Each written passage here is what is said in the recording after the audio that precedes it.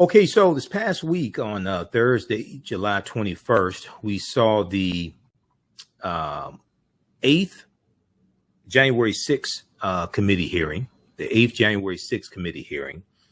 And this committee hearing focused on the 187 minutes that Donald Trump did nothing to stop the January 6th insurrection. Okay. The panel accused at this hearing, the panel accused former President Donald Trump of dereliction of duty for failing to act to stop the assault on the Capitol that was carried out in his name. Now, the committee documented how for over 187 minutes, Benedict Donald Trump remained in a small dining room off the Oval Office, watching the violence on television and rebuffing pleas by aides, congressional Republicans, and family members to call off the mob that he sent there in the first place. Okay, because, I guess they were singing Tony Braxton's song, I Love Me Some Him, because they did it for him. Okay, he's the one that sent them there. And this was, and the mob continued to, you had people who, Donald Trump and Rudy Giuliani, continued to call senators in hopes of convincing them to stop the certification of his electoral college defeat. They wanted to slow down the process. Okay. They wanted to slow down the process. Rudy Giuliani called, he was trying to call Senator Tommy Tuberville of Alabama, but accidentally called Senator Mike Lee of Utah. Senator Mike Lee turned that information over to the authorities. Right. So if we look at this briefly, New York Times has a good piece, 5 takeaways from the 8th hearing of the January 6th committee, 5 takeaways from the 8th hearing of the January 6th committee. And the first one, let me scroll down to this here. The first one, Donald Trump ignored a torrent of pleas to call off his supporters. Members of Congress, aides, and his own daughter, Ivanka, made pleas for Donald Trump to call off the violence as it unfolded in front of him on television. He was enjoying this. That was probably the happiest day of his life. But witnesses told the committee that Donald Trump not only ignored them, but repeatedly signaled that he did not want anything done, to stop what was taking place. I guess for him, that was must-see TV. Text messages and audio obtained by the January 6th committee showed that protesters massing at the Capitol were paying close attention to Donald Trump's words, as they usually do. Okay, he's their savior. And the difference between a religion and a cult is that in a religion, your savior dies for you, but in a cult, you're asked to die for your savior.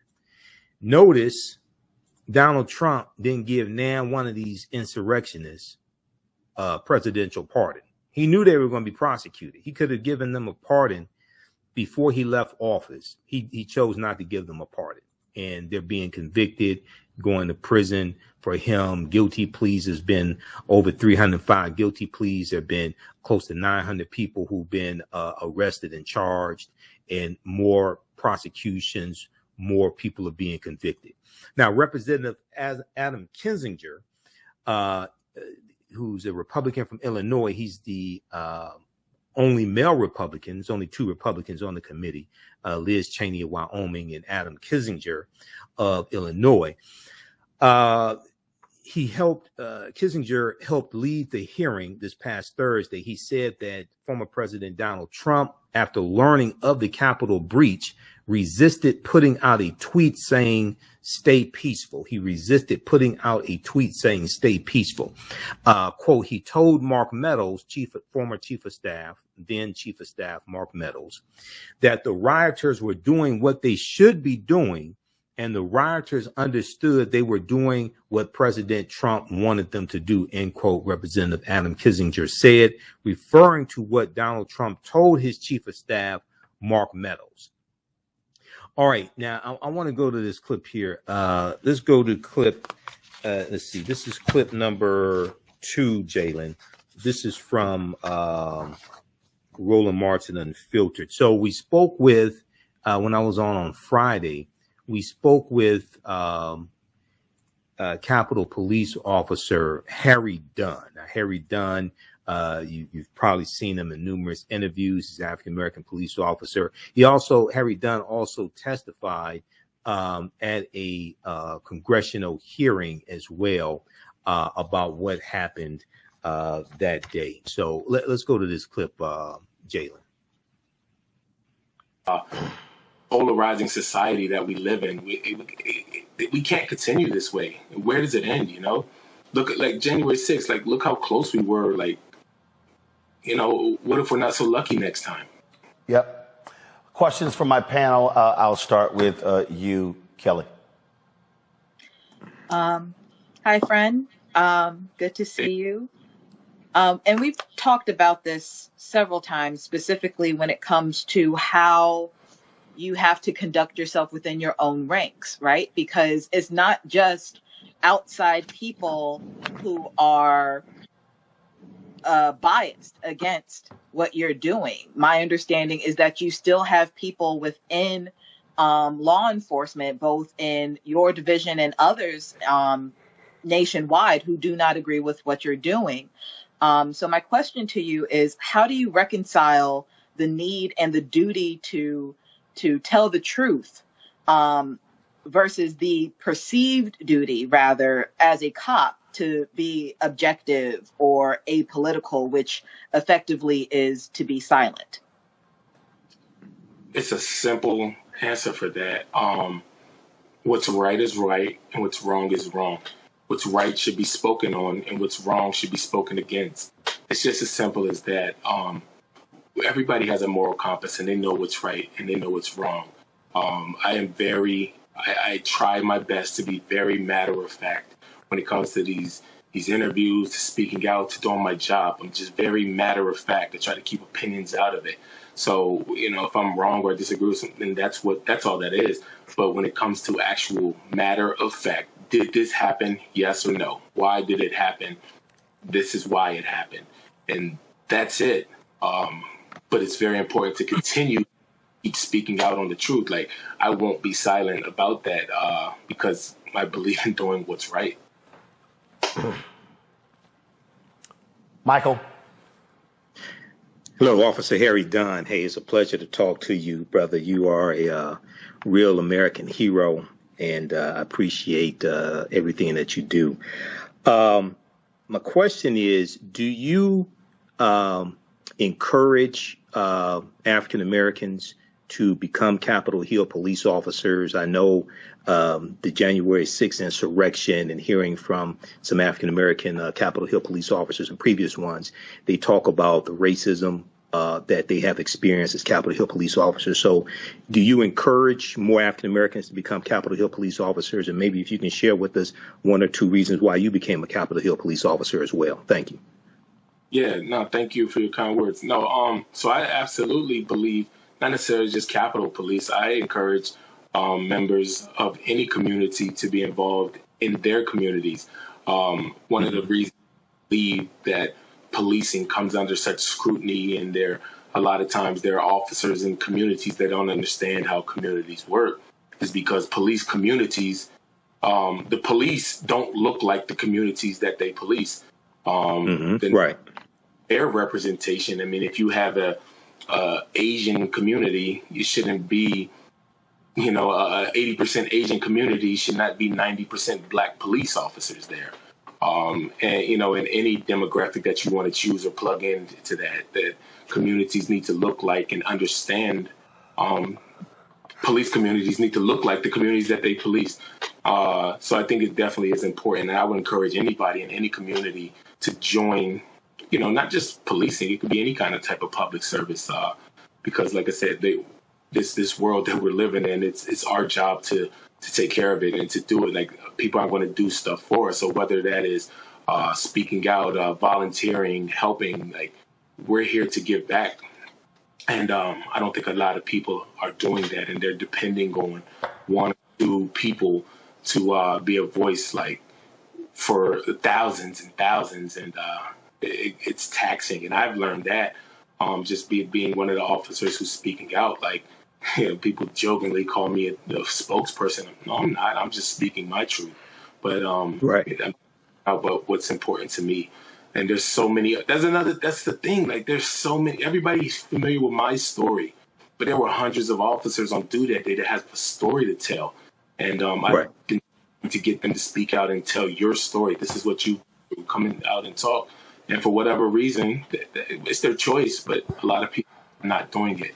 Okay, we're going to pause it right there. We're coming up on the break.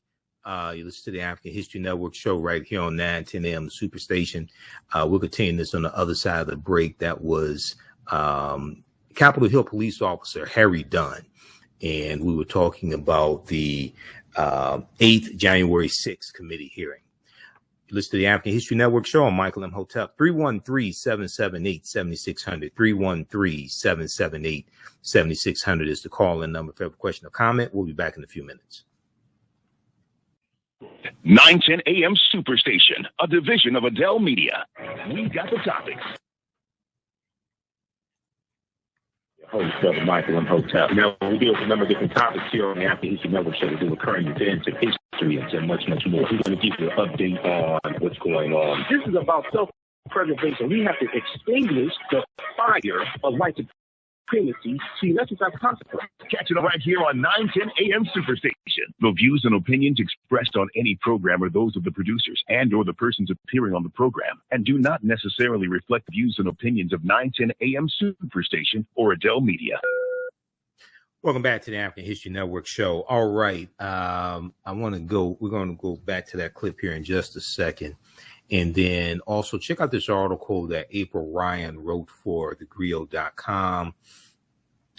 Capitol Officer Harry Dunn says January 6 hearings bombshell findings trigger feelings of betrayal. Capitol Hill Officer Harry Dunn says January 6 hearings bombshell findings trigger feelings of betrayal. This is from this article here is from July 13th, 2022. The Grio caught up with Officer Harry Dunn, who's African American, and members of the January 6th House Select Committee as the panel continues laying out evidence against former President Donald Trump. Moments after Tuesday's shocking January 6th House Select Committee hearing, U.S. Capitol Police Officer Harry Dunn told thegrio.com that he felt a sense of betrayal by former President Donald Trump, who did not initially lift a finger to stop the traumatic event that occurred on January 6, 2021. Harry Dunn, who courageously defended the Capitol against a violent mob of Trump supporters, said prior to the hearings there was an assumption of about what Trump did or did not do to incite the attack or stop them. He said, quote, "But now that the committee has confirmed it, it's no longer a thought or suspicion, given the breadth of evidence and testimony from the committee, evidence of testimony from the committee. It's confirmed, and that's just betrayal," Harry Dunn said. It's confirmed, and that's just betrayal. That's one of the toughest feelings I've ever had to deal with in my life.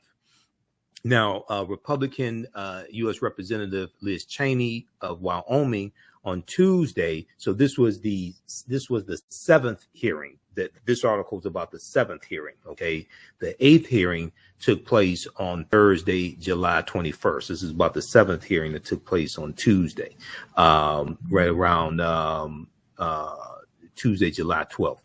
Republican U.S. Representative Liz Cheney of Wyoming on Tuesday, July 12th, dropped a bombshell at the 7th and most recent 7th January 6th Select Committee. Cheney is the committee's vice chair. She revealed that Donald Trump placed a phone call to one of the panel's witnesses. The lawyer for the unidentified witness informed the Select Committee, and in turn, committee officials made the Department of Justice aware of the possible witness tampering. Okay, so read this article here written by April Ryan, brilliant journalist, African-American female journalist April Ryan, and the White House correspondent for thegrio.com.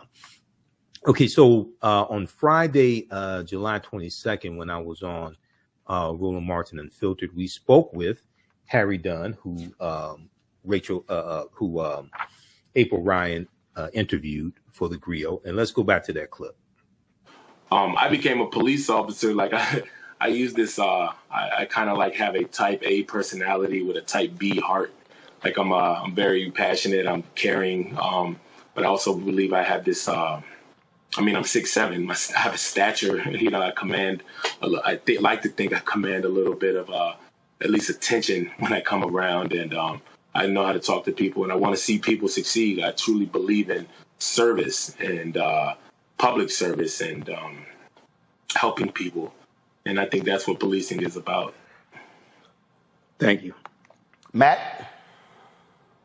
Officer Dunn, I want to echo Michael's sentiments. I appreciate your service and your forthrightness in talking about not only what you experienced, but making sure the truth comes to light.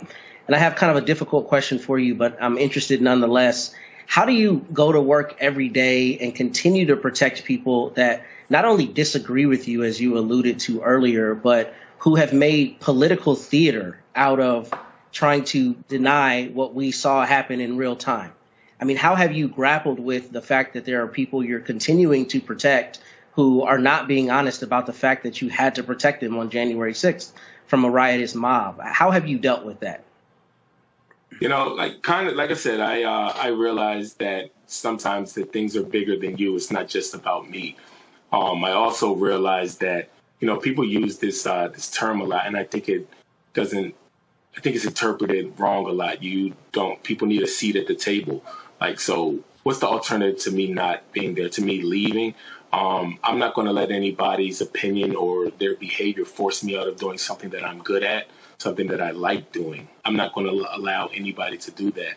I'm going to continue to do my job the way I believe that is the right way to do, because that's what's important.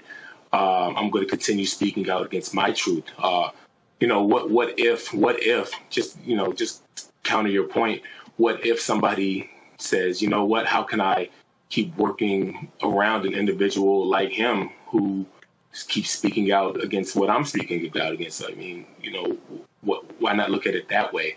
I'm going to continue speaking my truth, what I believe is right. And I think it's easy.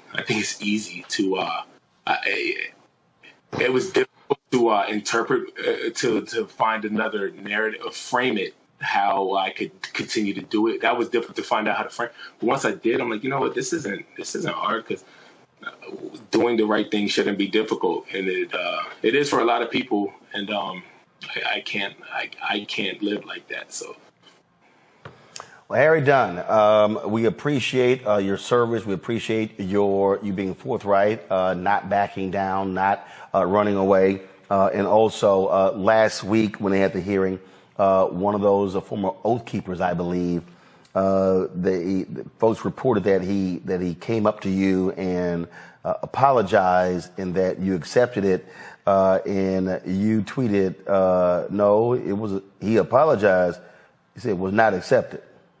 That's correct. Like I said, it was acknowledged. I'm not against forgiveness at all. And maybe the gentleman, he was truly remorseful. That's fine. But right now, I'm not focused on forgiveness. One thing I continue to say is I can't be focused on forgiveness when I'm still seeking justice. There's so many people out there that still need to be brought to justice. And then we can start to heal once justice has been served. So I agree with that 100%. Officer Dunn, we appreciate you joining us on Roland Martin Unfiltered. Thanks, man. Glad we got to catch up. Indeed. Thanks a bunch. Pause right there, Jay. Okay. All right. And then we're going to go to clip 3 here in just a second. Now, also, one of the things that came out at the January 6th hearing is Senator Josh Hawley, little punk, Josh Hawley of Missouri. NBC News has this article and others, and memes have been made, and they're showing Josh Hawley running out of the Capitol Hill, out of the Capitol Hill building.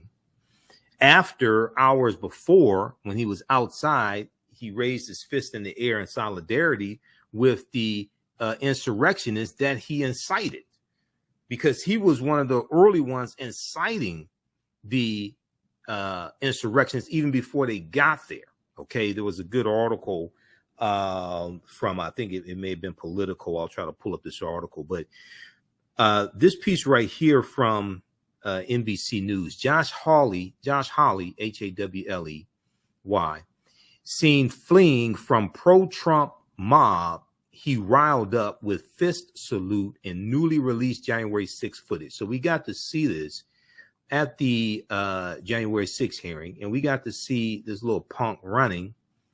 He was running for his life. He was scared of these people. Most of these guys, you know, when you watch the movie American Gangster with Denzel Washington portraying Frank Lucas, you remember Denzel Washington telling Chiwetel Ejiofor, who played his brother Huey, I think it was Huey, was his name. He told him the loudest person in the room is the weakest person in the room, because Huey wanted to be like Nicky Barnes, so he wanted to dress flashy like him, things like that.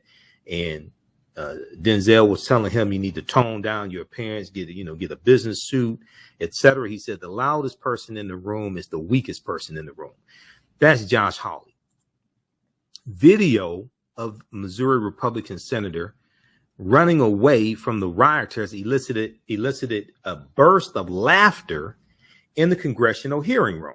And there've been memes made of him, and memes, you know, they're playing the theme song from the Benny Hill show and showing him running like, you know, they would speed up the footage on the Benny Hill show. Senator Josh Hawley, the Missouri Republican who raised his fist in solidarity with the crowd of Trump supporters outside the Capitol on January 6th, was forced to flee rioters in new footage presented Thursday night by the January 6th committee. Hawley can be seen running through a hallway in the Capitol and then quickly making his way down a staircase with colleagues. The video, which lit up social media shortly after it was aired, was taken just hours after the senator was photographed saluting protesters massing at security gates near the building. Now, here's a picture of this little punk running. He's running for his life because these guys can't fight. Stephen K. Bannon, Donald Trump, these are punks. The loudest person is the weakest person. They talk all that stuff. If Stephen Bannon goes to jail, I don't think he's going to last too long in jail because these guys can't fight. They have security around them. You're not going to have security in jail. You're going to be in trouble. Okay, so check out this article here from ABC News. Now, I want to go to this second clip here. And actually, because it's, we'll say that to after the, we'll go to clip 3 after the break, Jalen, because Roland comes to me and I'm not going to interrupt myself for the commercial break. So we'll come back. We'll go to that when we come back for the break. I want to go back to this article here from, and then we have, let me see, do we have a picture of, okay. Oh, they showed it. Okay. We don't have a picture of him raising his fist, but we have a picture of him running. That's good enough. Okay. This piece here from New York Times, I'm going to go back to this. And actually here you see Josh Hawley raising his fist. Okay. They have the video in the article from NBC News. And what happened was, they read testimony at the White House at the hearing, and a female Capitol Hill police person who was interviewed said that it really infuriated her that Josh Hawley would show solidarity with the crowd, and he was doing that from a safe space. And this, when he did this really riled up the crowd, and it really endangered the Capitol Hill police also to deal with this crowd that he incited even more. And that was, let me see, where are my notes on that here? I have some notes on that, but I'll try to find them here on the break. All right. But anyway, let's continue. Okay, so I want to go back to this piece here from New York Times.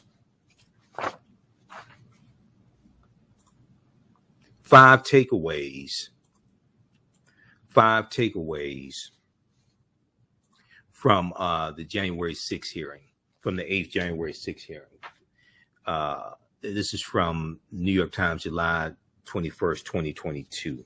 So the second one was Trump never made a single call to law enforcement or the Pentagon. So police are being beat up. I thought Republicans loved the police. Police are being beat up, and Trump doesn't do anything to protect them for 187 minutes. He then puts out a tweet, and he says the Capitol Hill police are on our side, something to that effect. And but he didn't say he didn't say don't beat up, don't attack the members of Congress. Okay, he didn't say that in his tweet. And the people like the Proud Boys and the Oath Keepers, they picked up on that also, because they were able to play some of the communication between them, and they commented that he didn't say don't do anything to the people in Congress. Just don't hurt, just don't harm the Capitol Hill police officers. Okay, so Trump ignored a torrent of pleas to call off his supporters. Trump ignored a torrent of pleas to call off his supporters. Members of Congress, aides, and his own daughter, Ivanka, made pleas to Donald Trump to call off the violence as it unfolded in front of him on television. But witnesses told the committee that Trump not only ignored them, repeatedly, he signaled that he did not want anything done. Okay, he signaled he did not want anything done. Now, let's see here. I want to scroll down. Number 3, members of Pence's Secret Service detailed fear for their lives. Okay, I'm sorry, that was number 1. I just looked at. This is number 2. Trump never made a single call to law enforcement or the Pentagon. Through a range of witness testimonies, the committee demonstrated that Donald Trump never reached out to the heads of any law enforcement or national security department or national security department or agency in the government to seek help in responding to the quell of violence. Fox News footage, which Donald Trump was watching from his dining room, showed how the Capitol Police were under siege, massively outmanned, and struggling to repel the crowd. But Donald Trump remained unmoved. He's sitting up watching Fox News while the police that Republicans say they love are being attacked and assaulted by domestic terrorists. We'll continue this on the other side of the break. Listen to the African History Network show. I'm Michael Imhotep. We'll be back in a few minutes. iRedify is a Black-owned digital platform that showcases Black and Brown cultures and people. The books on the platform are written by African-American authors, Afro-Caribbean authors, African authors, and so much more.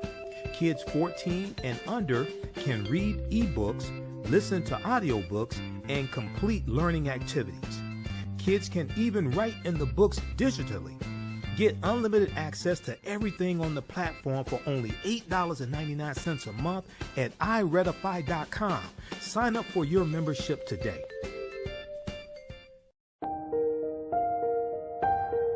What does self-care mean to you? To us, it's an opportunity to reconnect with nature.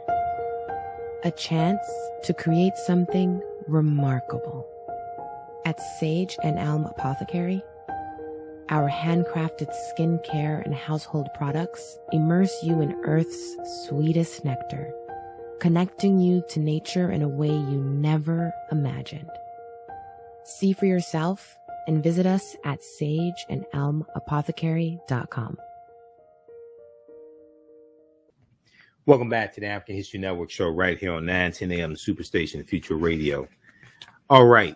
We're going to go to this next clip here in just a second.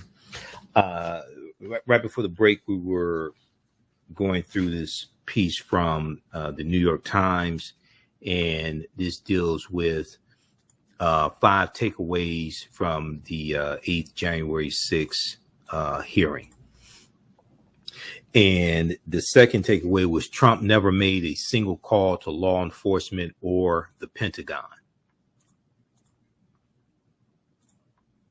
Trump never made a single call to law enforcement or the Pentagon. He sat up and watched Fox News. Now, the chairman of the Joint Chiefs of Staff, General Mark Milley, expressed dismay with Donald Trump's response in his interview with the January 6th committee. He said, you're the commander in chief. You've got an assault going on the Capitol of the United States, and there's nothing, no call, nothing, zero. General Milley said in audio of his deposition. Now, number 3, members of Mike Pence's, Vice President Mike Pence's Secret Service detail feared for their lives. Testimony from a White House security official who had access to what Secret Service agents in the Capitol protecting President Mike Pence were saying to each other over their radios showed how agents feared for their lives as protesters drew near. The committee declined to identify the official and masked the official's voice. Quote, there was a lot of yelling. The official told the committee a lot of very personal calls over the radio, so it was disturbing. I don't like talking about it, but there were calls to say goodbye to family members, so on and so forth. It was getting, for whatever the reason was on the ground, the VP detail thought that this was about to get very ugly. Okay, and then number 4, new testimony bolstered Cassidy Hutchinson's credibility. We know they showed some testimony from Cipollone, the former White House counsel also. The committee helped bolster the credibility of Cassidy Hutchinson, the West Wing aide who provided dramatic and damning testimony to the committee last month and quickly was attacked by Donald Trump and his allies. One of the most significant disclosures from Cassidy Hutchinson was that there was an angry dispute between Donald Trump and his security detail in his car when the detail refused to drive him to the U.S. Capitol to join his supporters. Testimony played on Thursday from an anonymous White House security official and a sergeant in the Metropolitan Police Department who was driving in Donald Trump's motorcade corroborated that claim. All right. And then you have number 5, even the next day, January 7th, Donald Trump would not say the election was over. Okay. And he put out a recording that day. He did not want to say the election was over in that recording. And the reason why he didn't want to say it's over is because they raised $250 million on the big lie within 2 months of the November election. So you can't keep raising that money. And they've raised more than $250 million because they kept raising money afterwards. You can't keep raising money and then come out and say, oh, the election's over. No, he said they were using that money to file lawsuits and fight to overturn the election. So you can't then say the election's over. You have to keep going with the bit. This is what he was doing. All right. I want to go to this third clip here. So we talked about this on Roland Martin Unfiltered on Friday, and Roland played some of the footage from the January 6th Select Committee hearing. And he played some of the footage of Donald Trump recording his responses and things like this. So in this segment here, we talk about Trump. Roland asked a question. We're dealing with Trump could not admit that the election was over. Trump could not admit that the election was over. And Roland asked the question, why would anybody want Trump back in the White House? Let's go to this clip, please, Jalen. Yeah, take care. Folks, if you wanted to see how sick and demented Donald Trump is, they released these outtakes where he went to the Rose Garden, and he was supposed to, of course, accept what took place, but just could not bring himself to say certain words because he's pretty illiterate. Roll it. His staff had prepared a script for him to read, but he refused to use it. As you can see on the screen, you can see the script is stamped "President has seen." The script said, quote, "I'm asking you to leave the capital region now and go home in a peaceful way." The president was urged to stick to this script, but he spoke off the cuff. Eric Hirschman and Nick Luna went with the president to film the message in the Rose Garden. Let's hear what they had to say and see the never-before-seen raw footage of the president recording this video message. Ultimately, these remarks that we're looking at here in Exhibit 25 were not the remarks that the president delivered in the Rose Garden. Do you know why the president decided not to use these? I don't know, sir. No, I do not know why. Did the president use any written remarks to your knowledge, or did he just go off the cuff? To my knowledge, it was off the cuff, sir. Good, Chase? Yep. When you're ready, sir. Yep, I'll be right behind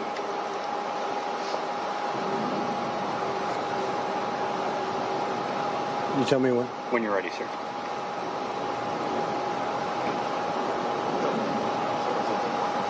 Who's behind me? Okay. He's gone around. Clear. We're all clear now. I know your pain. I know you're hurt. We had a election. Let me see. I know your pain. I know you're hurt. We had an election that was stolen from us. It was a landslide election, and everyone knows it, especially the other side. But you have to go home now. We have to have peace. We have to have law and order. We have to respect our great people in law and order. We don't want anybody hurt. It's a very tough period of time. There's never been a time like this where such a thing happened, where they could take it away from all of us, from me, from you, from our country. This was a fraudulent election, but we can't play into the hands of these people. We have to have peace. So go home. We love you. You're very special. You've seen what happens. You see the way others are treated that are so bad and so evil. I know how you feel. But go home and go home in peace. When I got there, basically the president just had finished filming the video, and I think he was basically retiring for the day. Was there any discussion about the president releasing a second video that day? Not that I recall. When he finished his video, I think everyone was like, day's over. People were pretty drained. Were pretty what? Drained. But we say day over, there were still people in the Capitol at that point, weren't there? There were people in the Capitol, but I believe by this stage, law enforcement, and I'd have to go back and look, but I believe law enforcement was either there or moving in or going to take charge. I just say people were emotionally drained by the time that videotape was done. Then, of course, that was the speech Trump gave on the day after, January 7th, where his sorry ass just cannot accept the fact that he got his ass whooped. Whenever you're ready, sir.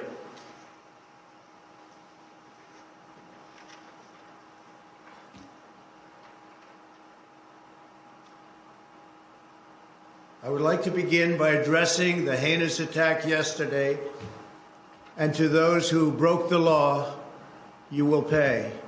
You do not represent our movement, you do not represent our country, and if you broke the law, you can't say that. I already said you will pay. The demonstrators who infiltrated the Capitol have defied the seat of justice. It's defiled, right? See, I can't see it very well. Okay, I'll do this. I'm going to do this. Let's go. But this election is now over. Congress has certified the results. I don't want to say the election's over. I just want to say Congress has certified the results without saying the election's over, okay? But Congress is certified. Now Congress is Yeah, certified. right. Now Congress I didn't say over, so let me see. Go to the paragraph before.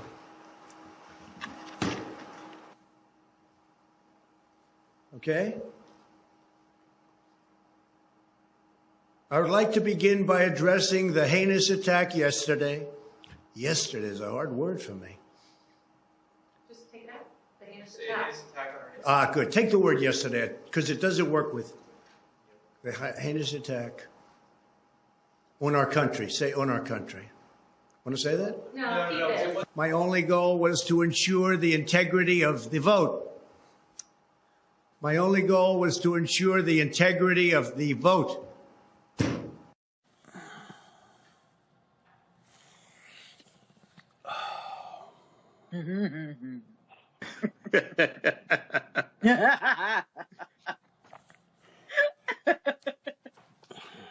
You know,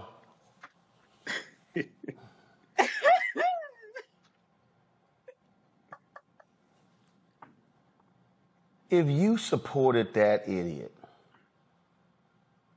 for 2020, you have truly got to feel like one of the dumbest people ever for actually wanting that idiot back in the White House, Matt.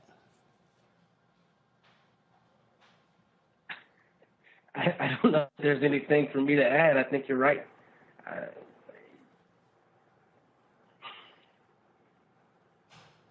I can add a lot. Go ahead. Michael, go ahead. See, we don't understand white supremacy. This is what this is. Go look at Rusty Bowers. Russell Rusty Bowers, House Speaker, Arizona, testified in the January 6th committee. He refused to go along with overturning the election results in Arizona. The day before he testified, he was interviewed, I think it was Associated Press, and he said, and they asked him, hey, would you vote for Trump again? He said, all things considered, he would vote for Trump again. He said Trump would be better, something to the effect that Trump would be better than a radical Democrat, things like this. And he talked about how Trump did good things before the coup. So basically what they're talking about, I know what they're talking about when they say good things before the coup. They're talking about tax cuts for the wealthy.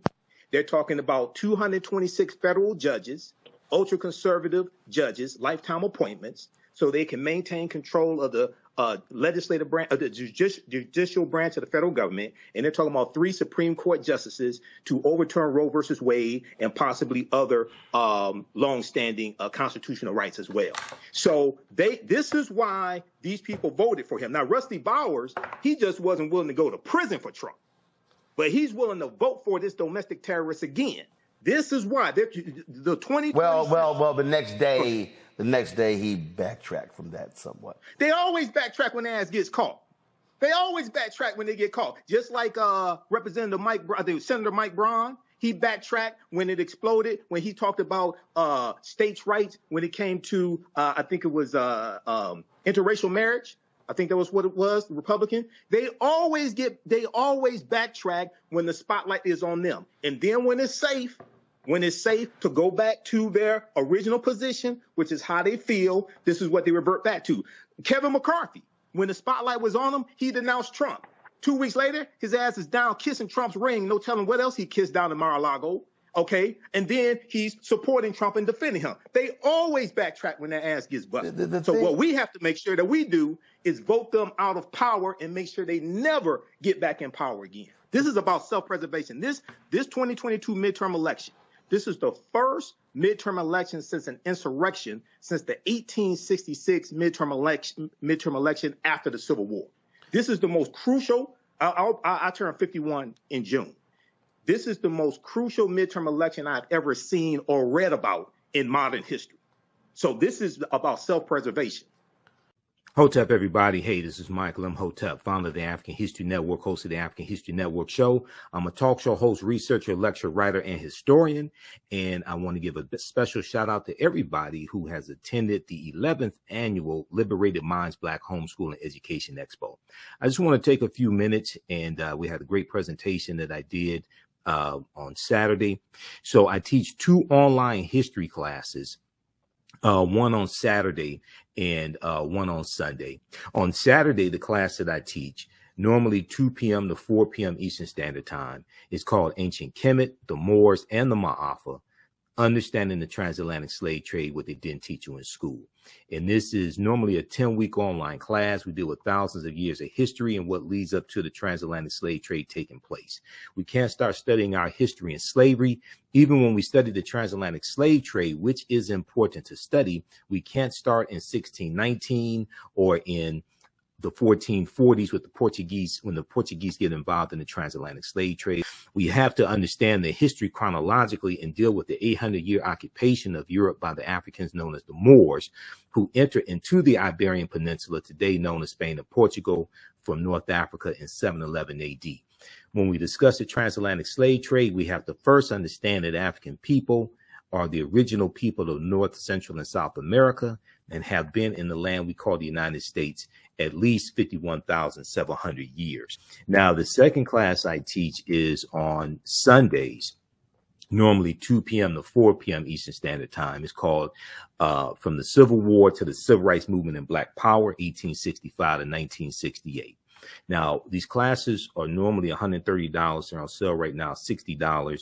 We do the sessions live. All the sessions are archived and recorded, so you can go back and watch it anytime. So a year from now, 2 years from now, you can go back and watch the entire class. With both of these classes, I would say the content is PG-13, so you can use this with your children as well if you want to. Also, you can advertise with the African History Network. We have 3 new advertising packages. Our current promotion is buy 1 month to get 1 month free.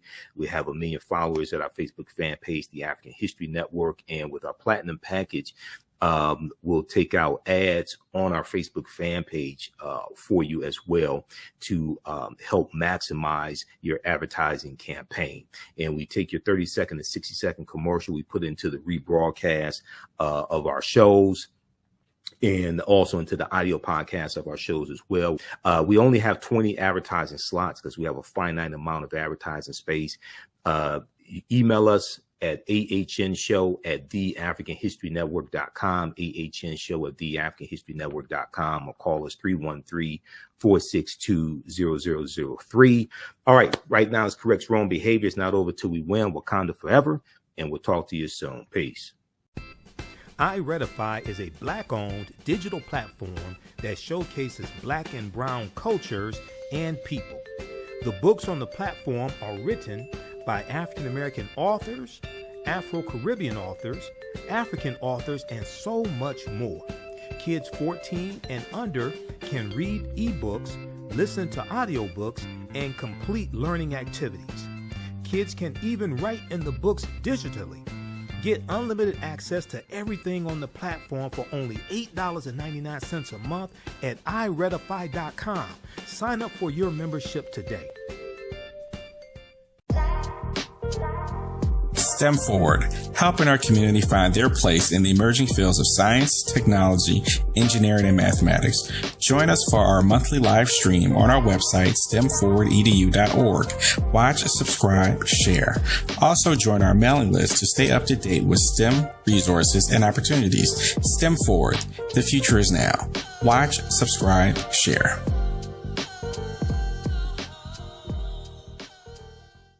The work that I do is larger than the fashion industry. It's larger than the art world. And I believe that I was born to bring newness into this world. I'm Kaima McIntyre. I'm 24 years old and I'm an artist. I create everything from paintings to jewelry design, metaphysical jewelry to be specific, and fashion design.